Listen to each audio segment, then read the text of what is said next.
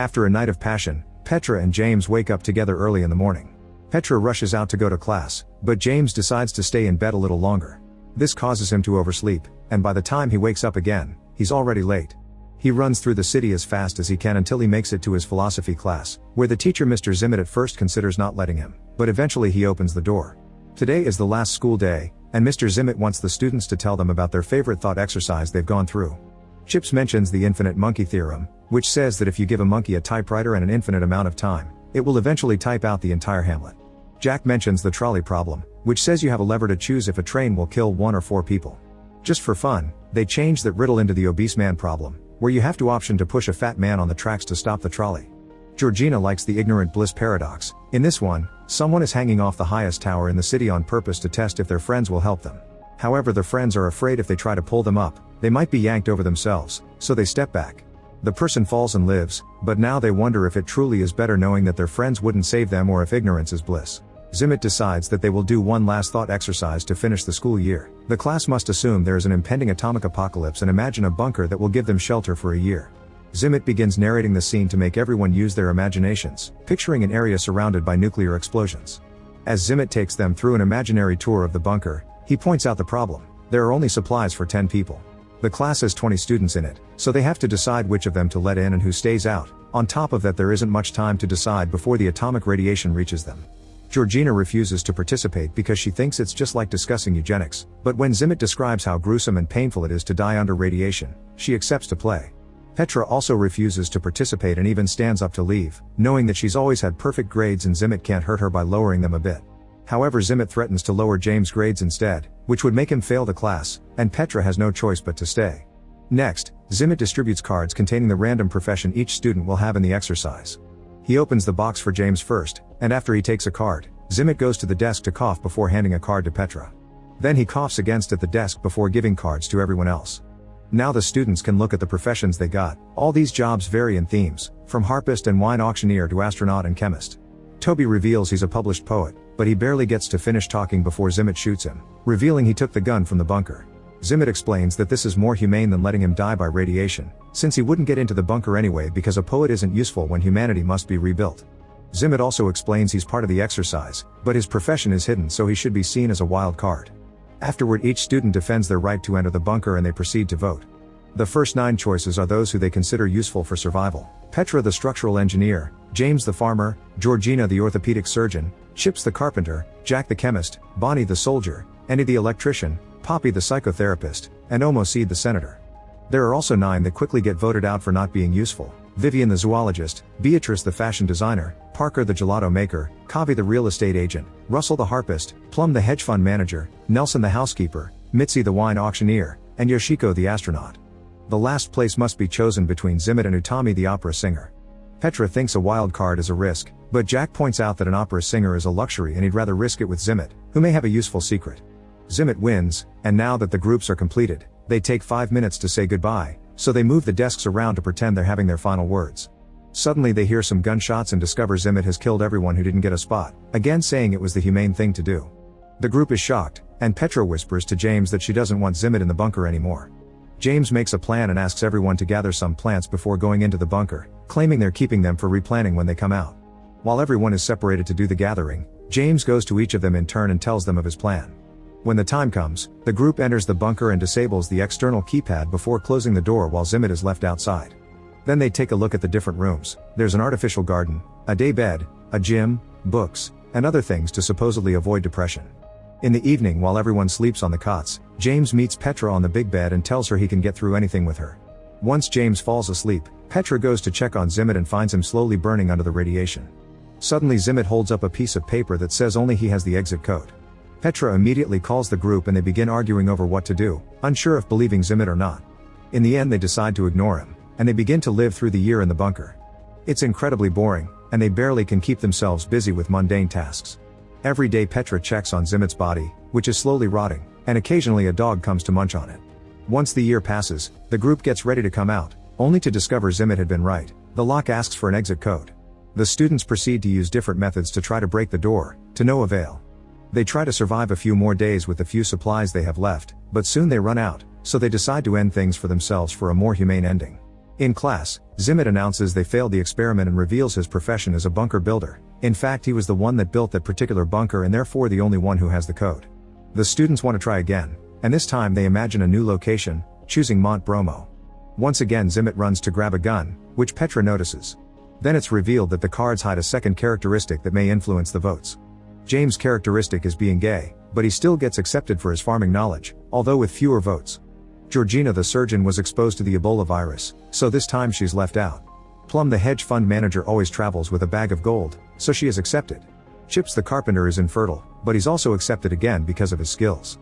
Petra the structural engineer is also an electrical engineer, so she is saved. Andy the electrician reveals he has a very rare disease that may kill him at any second, so he's rejected. Poppy the psychotherapist can't have children, so she's left out. Vivian the zoologist reveals she supports PETA, so she is left out again. Jack the chemist won the genetic lottery, meaning he'll live long and healthy, so he's accepted again. Kavi the real estate agent is also a midwife, and since they've lost Georgina as their doctor, he gets to stay this time. Parker the gelato maker has no extra characteristic, which means someone else has too, and he's left out. Utami the opera singer has too. She can speak 7 languages but she will develop a throat tumor in 3 years that won't let her talk anymore, so she's left out. Mitzi the wine auctioneer has an IQ of 200 yet she's left out again. Beatrice the fashion designer created a popular brand of women's clothing out of bamboo, but she's also left out again, and the same happens to Russell the harpist who is autistic. Omoseed the senator will be the first female chief justice of the Supreme Court, therefore she is saved again. Bonnie the soldier has eidetic memory and gets saved once more. Nelson the housekeeper is an exceptionally kind person, which at first doesn't help him, but he ends up staying when Petra says that they need more boys and Omoseed argues that they need more hard and strong workers from the middle class. When Toby the poet is about to mention his characteristic, Zimmet shoots him again, saying this spot is for him because the group still doesn't know the code. Then Zimmet gives Georgina the keys to a truck, and the people that were left outside immediately try to run away to save themselves. Unfortunately, the vehicle is hit by the explosion. The chosen ones also begin running to reach the bunker just in time, and the boring everyday life begins once again. Later in the evening, Petra wakes up and sees James isn't on his bed, so she goes looking for him only to find him getting frisky with Jack, who turns out to be gay in real life. Petra is hurt and rushes out to tell the rest of the group what she saw. Now they decide it's time to discuss how they will get together to procreate. Since Chips is infertile, he doesn't need to help, while Jack and James refuse to participate because they can't even fake it with a woman for the sake of babies. Bonnie and Kavi are paired together, and so are Omoseed and Nelson. As revenge for her boyfriend, Petra accepts to do it with Zimmet, ignoring James when he says she still loves her. While the explosions outside ravage the planet, the 3 couples get frisky at the same time.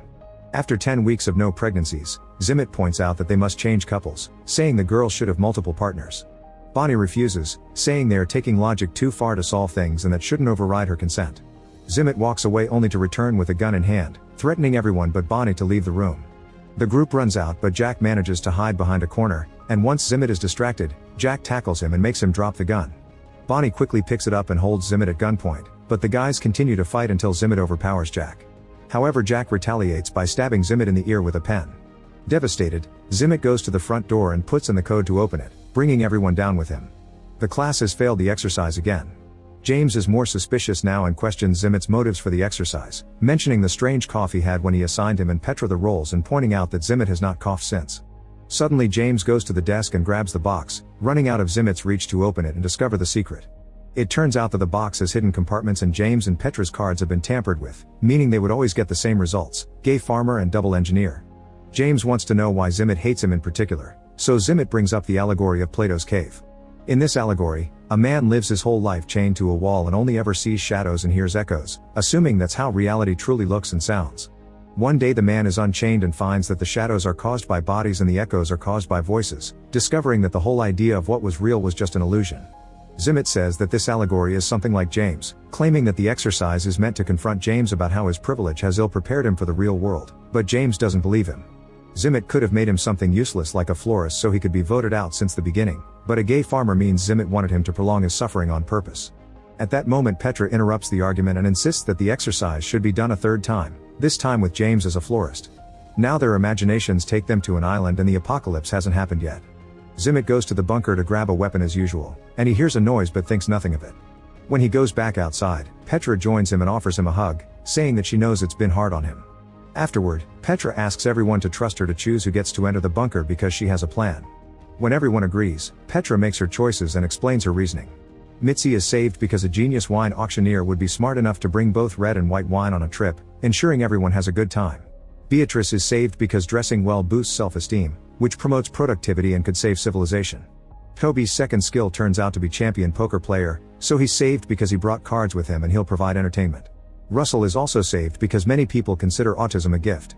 Georgina was only exposed to Ebola, but they don't have proof she has it, so Petra brings her in while promising to pray for her. Utami, the opera singer, may be mute in 3 years, but now everyone could fall asleep to her singing, so she also gets saved. Jack is taken in because of his perfect genes, but he is upset because he'll be without a partner because of his orientation. At that moment Parker comes out of the closet, so he's saved as well. With only 2 spots left, Petra chooses James. As the chosen ones enter the bunker, in the classroom everyone sits together as a team. Zimmit has been complaining all along, and with each choice, he lowers Petra's grade to the point of failing, but seeing the useless people enter the bunker makes him lose it and he reaches for his gun. However, he doesn't find it. It turns out Petra stole it when she hugged him earlier. She gives it back to him, only to reveal it's not loaded. Petra hands Zimmit 2 bullets, saying she doesn't want him to suffer like last time, but at that moment James threatens Zimmit with a rifle. It turns out he had been the noise in the bunker. Desperate to survive, Zimmit says that nobody knows the exit code except him, but Bonnie used her perfect memory to memorize it during the last run. Feeling defeated, Zimmit leaves. Next, Petra wants to give the last slot to Bonnie, but since she refuses, Chips takes the spot. James is no longer gay in this itineration of the exercise and begs Petra to come with them, but she refuses, saying she'll take the boat and try to get out of the radiation zone, only for Chips to reveal he has the boat keys. Acting fast, Chips pushes Petra inside, switching places with her before the door closes. While the rest of the group rushes to the boat to get off the island, Petra continues to narrate the thought exercise, explaining that despite horrific circumstances, somehow they had fun during the year in the bunker because they had cards, wine, Shakespeare performances, and original poems. James tells Petra how much he loves her, but she hesitates to respond with the same phrase. When machines break in the bunker, they use the pieces to make a harp, and Russell plays it while Utami sings to make their evenings magical. Once the year passes, the group leaves the bunker only to discover that the bombs never fell. Zimmit narrates that they will die, as none of them have the technical skills to survive on an island, but Petra responds that their lives will be short, but at least they'll be well and happy. They'll also be ready to welcome death when it arrives. Suddenly a rocket falls on the beach and James gets ready to detonate it, but at that moment Zimmit shows up and shoots to stop him. It turns out he had found a cave and went deep enough to avoid the radiation. For the past year he has been surviving with what he could find there. Zimmit can't let them commit an act as unreasonable as ending the human race and threatens to shoot James with his last bullet, but the rest of the survivors move one by one to stand in front of him as a shield. They use the chance to press the detonation button, and the bomb blows up the entire island. Back in class, Zimmit is ashamed of the latest exercise, but Chips quickly cuts in to offer his own version as well. He says that the boat managed to go far enough to avoid the explosion, and he became the only guy with 6 women all to himself. The group wonders what happened to the 3 other males, and Chips says Kavi drowned, Nelson had a barracuda attack, and Andy had a run-in with the palm tree. Being infertile doesn't mean the chance of procreation is 0, so in this ending, Chips taps a different girl each day. Zimmit finally finishes the class, and all the students leave except Petra, who accuses Zimmit of trying to use the exercise to punish James. It turns out Zimmit has been having an affair with Petra, and he believes James is beneath her. Petra explains that intelligence isn't all that matters and that she loves James, so he shouldn't be punished for something he doesn't know about anyway. Petra gives Zimmit a last kiss and leaves. Afterward, Zimmit is alone in the school and begins running through many variations of what happens if he goes to his office. Sometimes he simply eats, but other times he finds his gun and a shot can be heard in the building.